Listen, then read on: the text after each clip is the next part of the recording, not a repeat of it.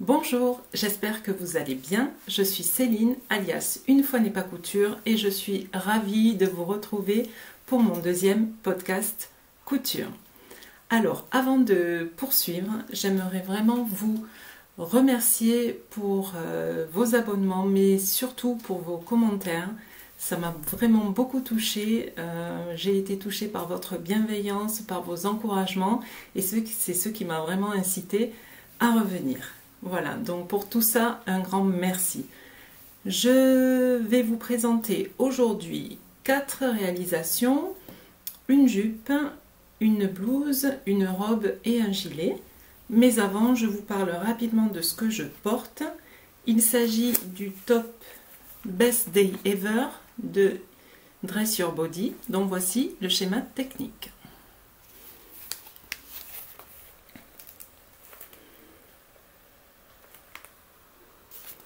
Donc c'est un petit top que j'ai réalisé à mes débuts en couture également, et il est en coton, ce qui permet au volant de bien se tenir.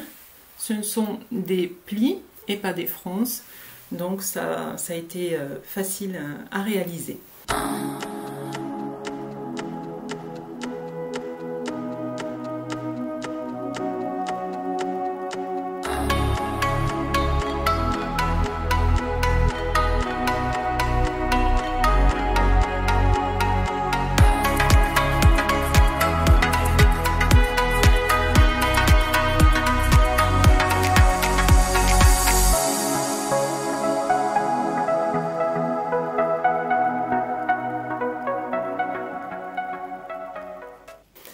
Voilà, sans plus attendre, nous passons à la première réalisation. C'est celle que vous pouvez voir sur mon mannequin. Et d'ailleurs, vous la connaissez certainement si vous avez vu mon premier podcast, puisqu'il s'agit de la jupe Mint de Jolie Lab. Je vous montre le schéma technique rapidement. Donc c'est une jupe qui se compose de 3 pans devant et 3 pans dos. Elle est présentée, elle peut être réalisée avec une ceinture décorative ou alors une patte de boutonnage sur le côté. Donc pour ma deuxième version, j'ai choisi de la réaliser avec une ceinture simple et j'ai allongé la jupe de 10 cm. Je l'ai réalisée dans une viscose qui vient de chez Pretty Mercerie, elle s'appelle Scarlett. Mais la dernière fois que j'ai regardé sur le site, elle était en rupture. C'est un tissu qui bouge beaucoup, donc elle m'a donné pas mal de fil à retordre lorsque j'ai cousu, mais j'avais pris la décision de ne pas amidonner pour vraiment m'habituer à coudre des tissus fluides. Voilà, cette fois j'ai bien placé la fermeture éclair invisible au bon endroit, sur le côté gauche. Et en fait, comme c'est un tissu qui est très fragile, j'ai décidé ici de placer 2 bandes de thermocollant avant de placer le zip invisible pour renforcer un petit peu les côtés qui allaient recevoir le zip invisible. C'est un tissu qui est fragile, hein, il est un petit peu satiné et il s'effiloche beaucoup, donc j'ai eu toutes les peines du monde à le coudre correctement, mais en prenant son temps et en épinglant, ça s'est bien passé. Je suis très contente de cette jupe, je l'ai déjà portée plusieurs fois, elle est légère, elle est agréable, et voilà, je ne regrette pas cette version 2 de la jupe Mint de Jolie Lab.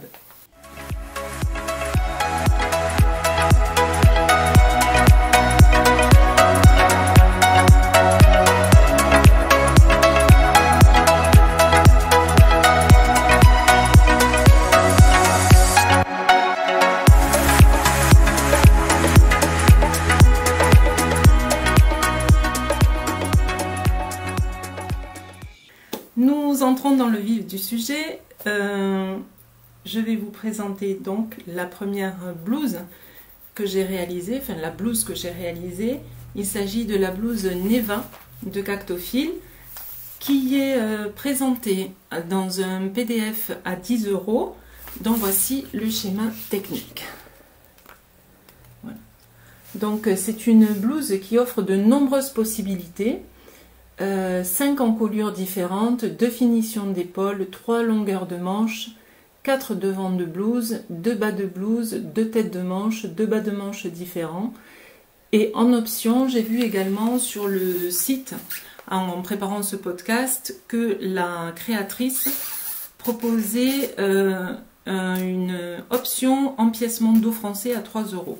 Et il faut savoir que sur ce patron, certaines pièces sont à découper directement sur le tissu, mais enfin ce sont la plupart du temps des rectangles, donc la créatrice indique bien la longueur des pièces à tracer en fonction de la taille choisie. Puisqu'on parle de taille, c'est un patron qui va de la taille 34 à 52. La stature, malheureusement, n'est pas communiquée. Le niveau de difficulté, c'est intermédiaire en fonction de la version choisie.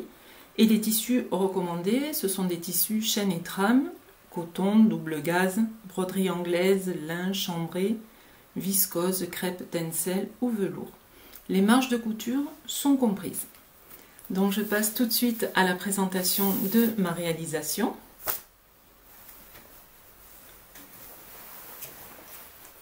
Donc en fait, avant de vous montrer ma réalisation, je voulais vous parler un petit peu du tissu. Donc c'est un tissu que j'ai acheté lors d'un voyage dans une enseigne qui s'appelle Spotlight. C'est une chaîne australienne qui propose des tissus, entre autres. Et j'ai trouvé ce tissu et en fait je l'ai acheté pour me faire une housse pour couvrir ma table à repasser. Et bon, comme c'est pas un projet qui me motive énormément, j'ai repoussé jusqu'au jour où est arrivé le projet de blouse Neva et je me disais j'aimerais bien quand même faire une toile avant de me lancer dans un tissu en jean que j'ai dans mon stock et que je voulais vraiment réserver pour la blouse Neva. Et donc j'ai pris le tissu qui était normalement destiné à couvrir la planche à repasser.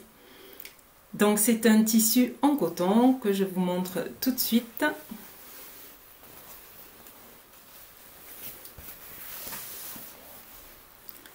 Voilà.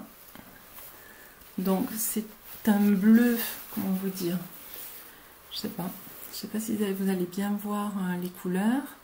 Donc sur bleu, c'est pas bleu marine, je sais pas comment qualifier le bleu. Des fleurs blanches, rouges, il y a un petit peu de bleu ciel également et du vert.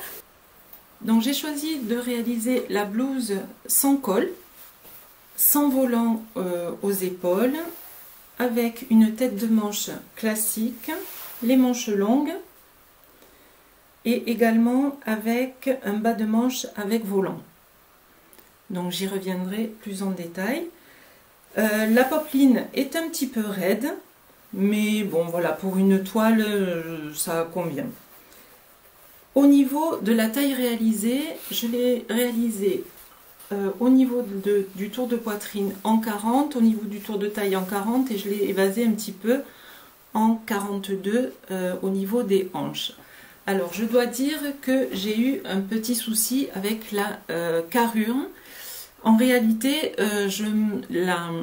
coudre ce patron m'a permis de réaliser que même si j'ai un tour de poitrine qui fait entre 90 et 92 avec le soutien-gorge, j'ai quand même des épaules qui sont larges. Donc j'ai compris que lorsque je couds un patron avec des manches, je me demande s'il n'est pas mieux pour moi de prendre la taille 42 pour avoir quand même suffisamment d'aisance au niveau de la carrure. Et en fait, avec cette blouse, j'ai eu un petit souci, c'est que, vous savez, on fait toujours un cran au milieu dos, et lors d'un de mes essayages, j'ai entendu un cric, et j'ai compris que ça avait craqué. Donc j'ai dû un petit peu bidouiller. Je ne sais pas si vous allez voir. Alors attendez que je trouve ici. Voilà. J'ai mis un petit thermocollant pour arrêter le petit endroit qui s'était déchiré. Et après j'ai passé mon biais dessus. Mais bon voilà, ça m'a bien montré qu'au niveau de la carrure, j'étais un petit peu juste. Donc j'ai rogné tout ce que je pouvais sur les marges de couture pour gagner un petit peu en aisance. Donc prochaine réalisation, taille 42. Rien que pour ça, je suis contente d'avoir fait une toile. Au niveau donc du col, il y a plusieurs options de col, mais moi j'ai choisi la version la plus simple, qui est terminée par un biais. Alors, pour les connaisseuses, vous allez voir que attendez, hop, ma pose de biais est pas super, puisqu'ici on a une petite ouverture.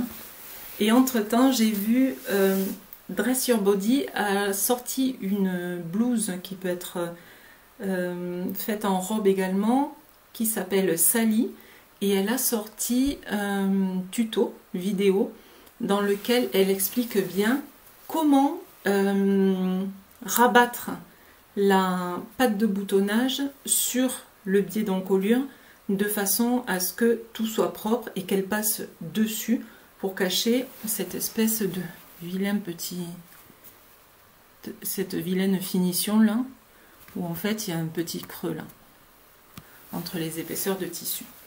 Et donc pour le bas de manche, pour le bas de patte de boutonnage, ben, j'ai fait la même technique, donc même cause, mêmes effets. C'est vraiment pas terrible. J'ai encore cette petite ouverture. Alors je sais pas comment vous montrer.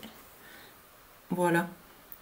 Là vous voyez, ça fait si j'ouvre comme ça fait, ben, c'est ouvert quoi, c'est pas terminé. Point à améliorer. Voilà, donc ça c'est pour l'encolure. Autre chose pour l'encolure, comme il s'agit d'une blouse qu'on peut terminer avec un col, elle est quand même assez serrée au niveau de la base du cou. Donc je l'ai creusée d'1 centimètre partout pour être un petit peu plus à l'aise. De toute façon, vous voyez, je n'ai pas mis de bouton en haut là, justement pour avoir le cou dégagé. Au niveau du buste, j'ai choisi de faire d'insérer un petit volant. Voilà, alors attendez, je vais essayer de vous mettre ça correctement pour que vous voyez comment j'ai procédé. Donc c'est un volant qui est froncé et qui est terminé par un ourlet rouloté. Donc l'ourlet rouloté, je m'approche, voilà. Vous voyez que on voit un petit peu le tissu dessous, mais en fait c'est parce que j'ai oublié de mettre du fil mousse dans le boucleur. Donc ça fait qu'il est moins couvrant que si j'avais mis le fil mousse dans le boucleur. Mais bon, je trouve pas que ce soit vilain. Voilà. Et donc, j'ai fait des fronces ici au niveau du volant. Et je vous avais dit que je vous expliquerai comment j'avais procédé pour faire mes fronces. La fois passée, je vous avais dit que pour moi, faire des fronces, c'était un petit peu la galère, que je trouvais ça laborieux et que pour avoir une jolie finition de fronce, il fallait vraiment y passer du temps. Et je suis tombée récemment sur un tutoriel des ateliers Rachel Lajoie qui explique comment faire des fronces à la machine à coudre avec un seul fil de fronce. Donc ce que j'ai fait, c'est que j'ai mesuré la largeur, la longueur de mon volant. J'ai mesuré la longueur de ma pièce et ensuite j'ai pris des chutes de tissu et je me suis dit, bon, ben, je vais prendre des chutes de 20 cm. Donc pour avoir le même ratio, la même proportion de fronce, il fallait que j'obtienne une pièce d'étude qui passe de 20 cm à 11,7 cm. Donc j'ai monté mon point, la longueur de mon point à 5 mm et ensuite j'ai joué avec la tension du fil d'aiguille. Le premier essai, j'avais réglé ma tension à 8. Ça m'a donné, je suis passée de 20 cm à 9,5 cm, donc c'était trop froncé. L'essai numéro 2, j'ai mis la tension à 7, je suis passée de 20 cm à 7 cm, donc là c'était satisfaisant. Et l'essai numéro 3, j'ai descendu la tension à 6 et je suis arrivée à 12,5 cm. Donc en fait, comme il me fallait obtenir 11,7 cm, j'ai opté pour la tension à 7. Et je dois dire que en posant la pièce directement, le volant directement sur la partie où il venait s'insérer, eh bien ça a matché pratiquement tout de suite. Je trouve que ça fait quand même des fronces qui sont plutôt régulières. Au niveau de la pâte de boutonnage, eh bien écoutez, c'était la première fois que je réalisais des boutonnières. Et par rapport à ce que je pensais, eh bien ça s'est plutôt bien passé. J'ai choisi des petits boutons verts de 11 mm qui, je trouve, vont bien avec le tissu. Voilà. Au niveau des ajustements, j'ai allongé, puisque voilà, je mesure 1,75 m et que je me doute que la stature, même si elle n'était pas précisée, ça devait être une stature pour 1,68 m.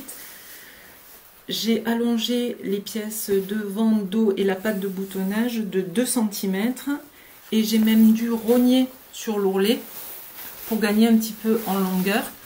J'ai posé un biais à 0,5 cm. Sinon, la blouse aurait été un peu courte pour moi. C'est un bon goût. Voilà, donc autre chose à prendre en compte dans la prochaine réalisation, je pense que j'allongerai dès le départ 5 cm pour le corps de la blouse.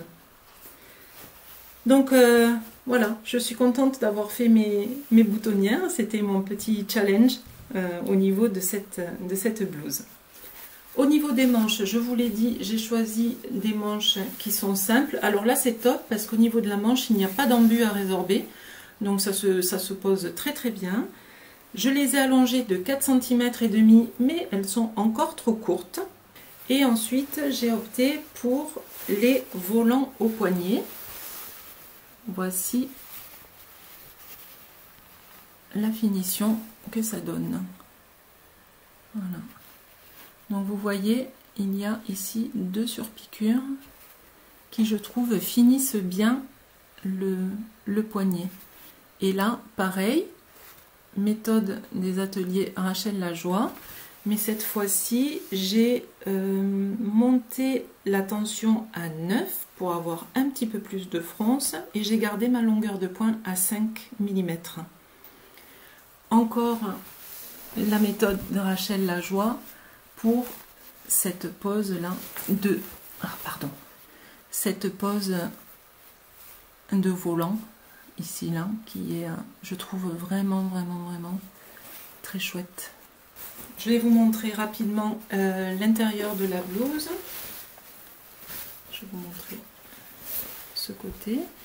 Donc vous voyez que j'ai posé un droit fil thermocollant pour consolider un petit peu la partie qui est dans le faux biais. On voit ici ma surpiqûre également. J'ai surjeté. Alors la créatrice, elle conseille de rabattre les marges de couture vers le bas et moi naturellement elle allait vers le haut. Je n'ai pas voulu la contraindre et à ma foi c'est très bien. Comme ça, elle tient bien. Et puis dernière chose, lorsque j'ai essayé la blouse, si je vous remontre le schéma technique, vous voyez la blouse, elle a quand même une forme vraiment évasée en bas. Et lorsque je l'ai mise sur moi, lorsque je l'ai essayée, eh bien ça faisait vraiment devant l'effet pyramide et derrière j'avais un surplus de tissu qui gondolait. Donc ça ne me plaisait pas du tout.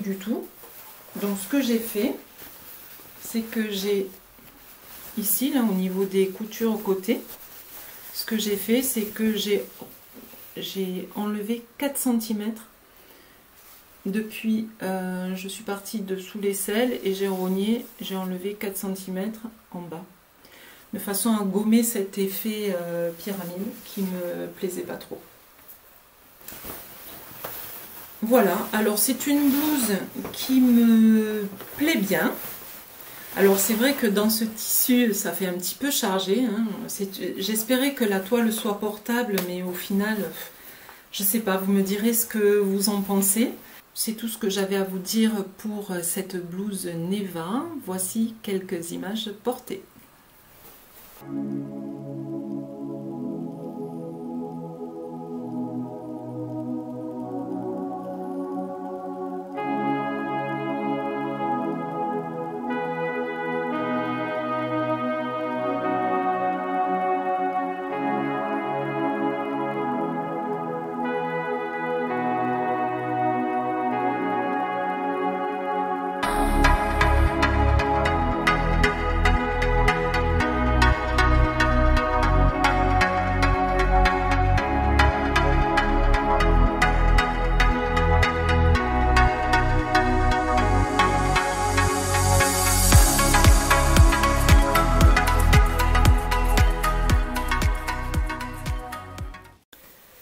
Troisième réalisation, il s'agit d'une robe issue de l'atelier Charlotte Ozou. Charlotte Ozou, la créatrice, propose des patrons PDF qui vont entre 2 € et 6 €.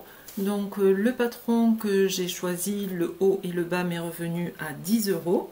Le concept des patrons, c'est de personnaliser ses créations en mixant les patrons de haut, de bas et de manches. Tous les patrons de haut, de bas et de manches sont compatibles entre eux et nous avons la possibilité également de ne faire que le bas en adaptant une ceinture qui est gratuite qui s'appelle juste le bas.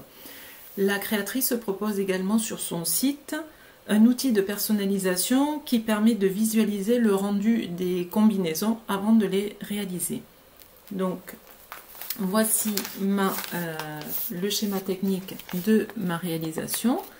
Donc j'ai choisi un haut, ici, col rond avec découpe princesse, un dos avec un V dans le dos et 2 pinces, une jupe trapèze avec des poches italiennes qui sont facultatives. Les patrons de la créatrice vont du 34 au 48. 3 statures sont proposées, moins d'1,60 m, 1,65 m et plus d'1,70 m. Alors ça c'est génial, au moins on n'a pas besoin de faire d'ajustement de stature. Également, 2 tailles de bonnets sont proposées, bonnet AB ou CD. Le niveau de difficulté est de débutant à intermédiaire selon les combinaisons et les modèles choisis. Et les tissus recommandés sont des tissus chaîne et trame en fonction du rendu souhaité. Au niveau des marges de couture, là encore la créatrice a fait fort puisqu'elle propose des PDF avec ou sans marge de couture.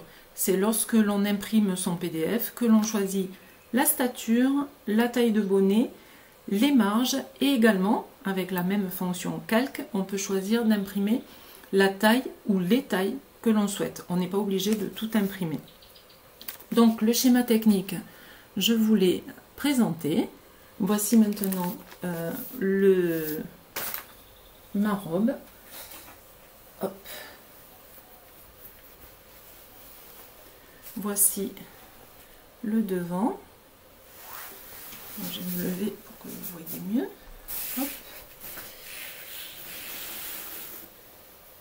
Voilà. Avec des poches ici, voilà, et le dos, fermeture éclair invisible, et ensuite un dos tout simple. Le tissu, toujours pareil, il vient de chez Spotlight. C'est un coton qui a vraiment de la tenue, donc il est, je ne sais pas si vous voyez bien, il est vert chlorophylle avec des éventails blancs. Je pense que ça ressort bien, même si le vert est un petit peu plus soutenu, enfin un peu plus chlorophylle, hein, comme la célèbre marque de chewing-gum. Donc un tissu, oui, qui se tient bien, c'est la raison pour laquelle je n'ai pas entoilé les parmentures. Je l'ai réalisé en taille 42 pour le haut. Du coup, je n'ai pas rencontré le problème de stature, puisque c'est pas de stature, de carrure, puisque c'est sans manches. Et j'ai évasé la robe au niveau des hanches en 42. Pour le haut, Donc le devant, je n'ai touché à rien. En revanche, j'ai creusé l'emmanchure de 1 cm. Parce qu'on est sur le devant, je vous montre les découpes princesse. Je ne sais pas si vous les voyez. Alors, ici, alors attendez, moi-même j'ai du mal au niveau du tissu. Pardon. Voilà. Je ne sais pas si vous les voyez. Ici, là. Voilà. C'est la première fois que je cousais des découpes princesse. J'ai découvert ça et je dois dire que c'est très flatteur au niveau de la poitrine. Au niveau de l'assemblage de la parmenture, je vais vous montrer à l'intérieur.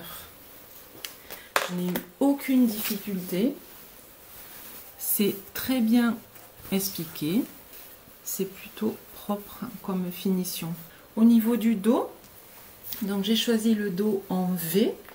J'ai un petit peu renforcé ici avec un droit fil thermocollant les V, de façon à ce qu'ils ne se déforment pas, même si quand même dans le coton il y a moins de chances qu'ils se déforment qu'en viscose par exemple. Ensuite j'ai placé ma fermeture éclair invisible qui est plutôt invisible. Il y a 2 pinces ici, une ici et une là. Ensuite, j'ai fait la jonction, enfin, la fermeture éclair invisible, bien entendu, hein, je l'ai placée après la jupe. J'ai fait la jonction, le haut et le bas, en prenant bien soin. Je vais essayer de vous montrer ça. En prenant soin de faire une jolie croix. Voilà, alors, hop et hop, ici. Et pour cela, ben, j'ai bâti, il n'y a pas de secret. Hein. Je n'ai pas encore suffisamment d'expérience pour m'en tenir à l'épinglage. Ça va venir, mais bon, voilà. De toute façon, ça ne me gêne pas de bâtir. Je trouve que c'est rassurant pour moi déjà. Les poches. Eh bien écoutez, je ne suis pas une inconditionnelle des poches. Je les ai faites parce que je trouve que ben, ça habille un petit peu la jupe, mais à mon sens, elles sont un petit peu hautes, c'est-à-dire que quand on porte la robe, voilà, on la met à la taille, on a les poches qui sont quand même un peu hautes, donc on a une position de bras qui n'est pas la plus naturelle possible. Bon, de toute façon, ça ne me gêne pas parce que je n'ai pas pour habitude de mettre les mains dans les poches. Donc, elles sont plus décoratives qu'autre chose. Que vous dire d'autre? Au niveau de l'ourlet, eh bien, j'ai fait un double rempli d'1 centimètre. Et tout s'est plutôt bien passé. Donc, c'était la première fois que je faisais une robe issue d'un patron atelier Charlotte Zou et je dois dire que je suis vraiment conquise, non seulement pour les propositions au niveau de la stature, mais aussi au niveau de la poitrine, au niveau des marges de couture et ces calques qui vraiment nous permettent de choisir ce qui correspond vraiment à notre morphologie. Cette première robe je l'ai considérée aussi comme une toile, mais écoutez, celle-ci, je ne me suis pas posé de questions, je l'ai portée et j'ai même eu des compliments de mes collègues qui m'ont dit qu'elle était jolie, qu'elle m'allait bien, qu'ils aimaient bien le tissu. Alors je n'en suis pas encore à où est-ce que tu l'as acheté, ça sera le Graal.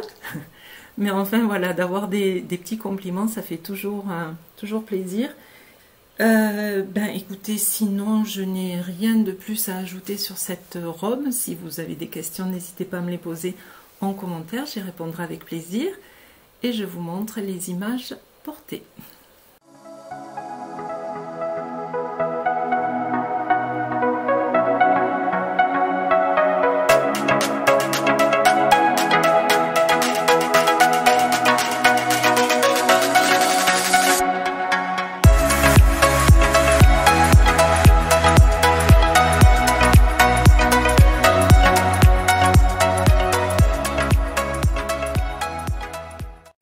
La dernière réalisation que je voudrais vous présenter aujourd'hui est un grand classique de la couture. Vous le connaissez toutes, il s'agit du gilet Monceau de Cozy Little World.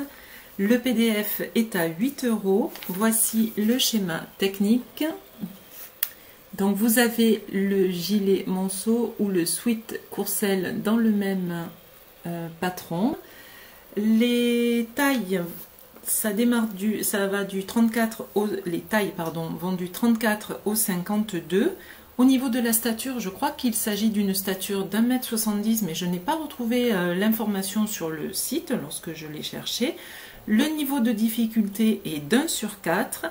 Les tissus recommandés, bien sûr, ce sont des mailles, jersey, suite extensible de poids moyen, molleton matelassé, jersey épais. Les marges de couture ne sont pas comprises.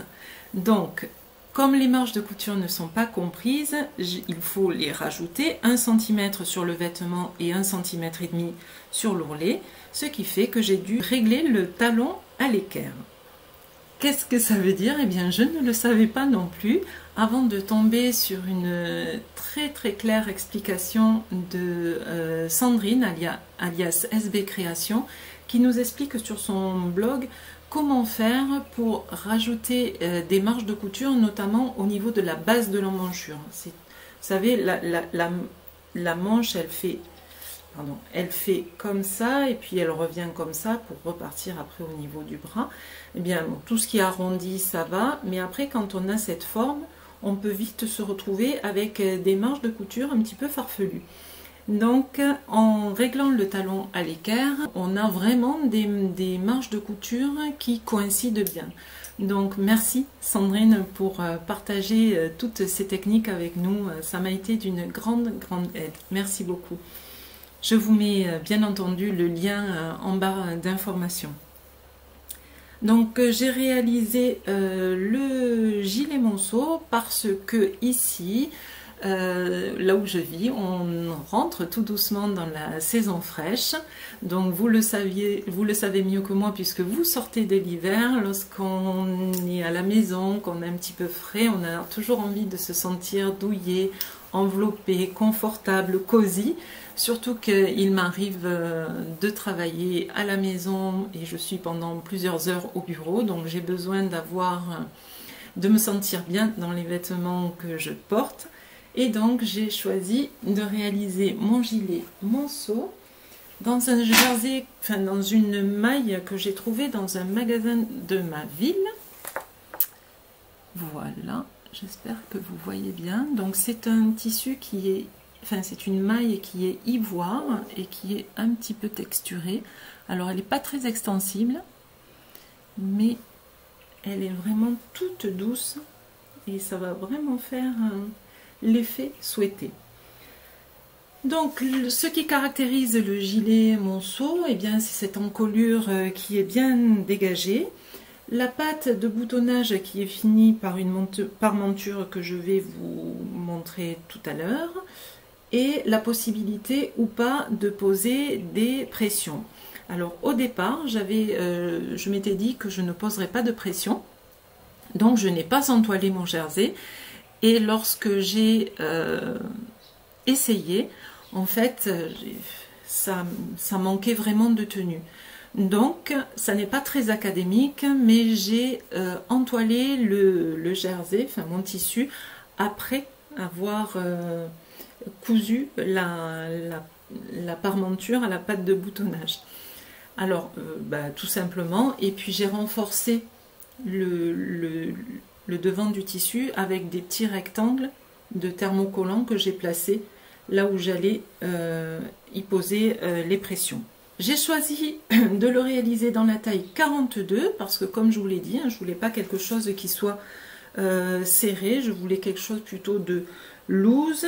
C'est mon deuxième projet en jersey, donc c'est un bon exercice pour moi puisque la surjeteuse m'effraie encore beaucoup.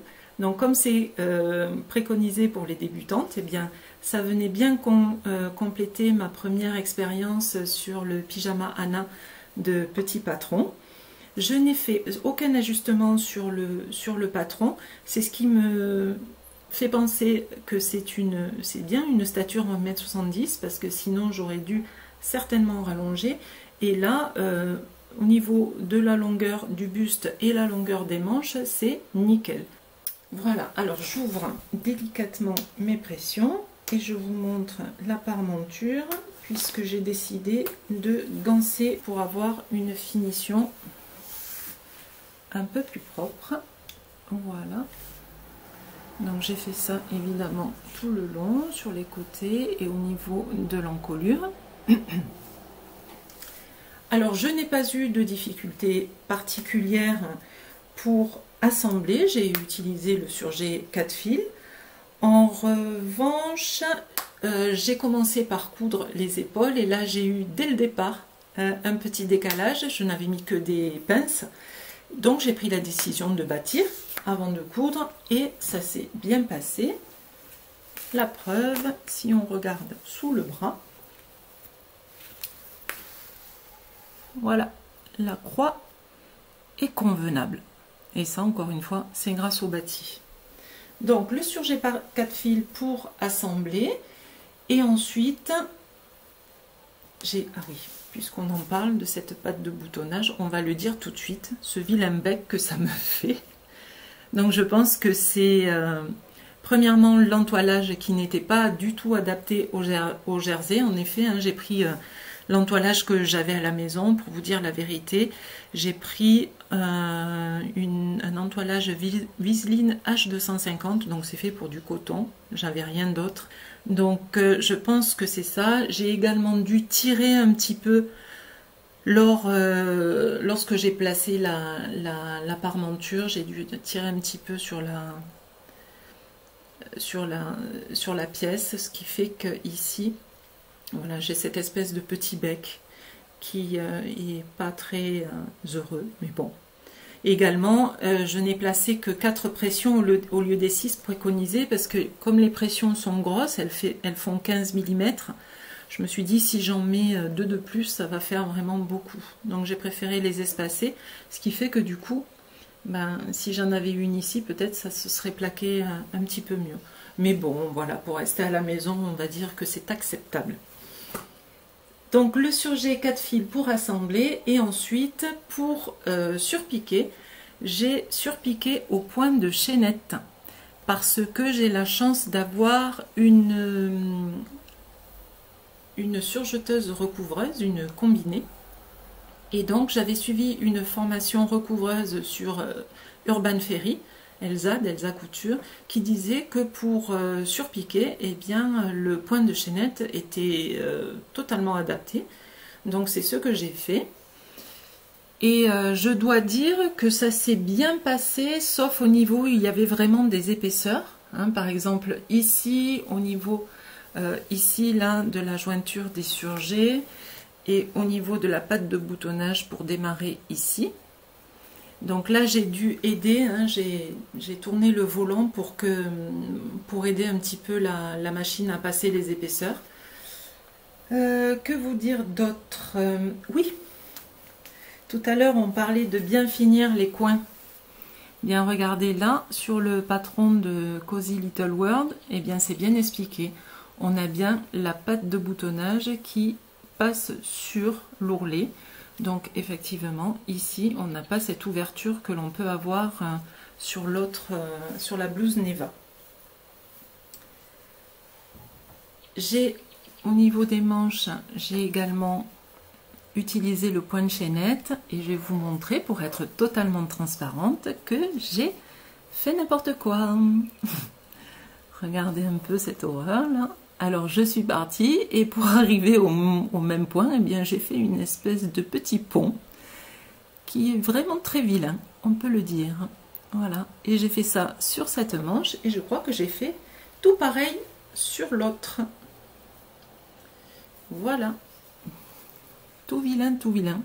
Très bien, je crois que je vous ai tout dit, donc pratiquement réalisé à 100% à la surjeteuse, sauf évidemment la pose de biais que j'ai réalisé à la machine à coudre.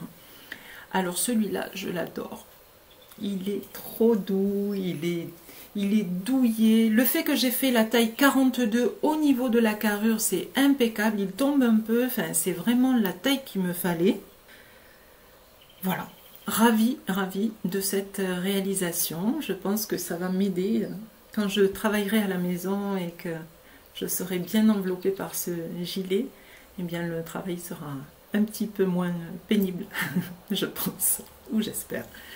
Voilà, oula, j'ai la lumière qui commence à tomber. Eh bien, je vous laisse avec les images du gilet porté.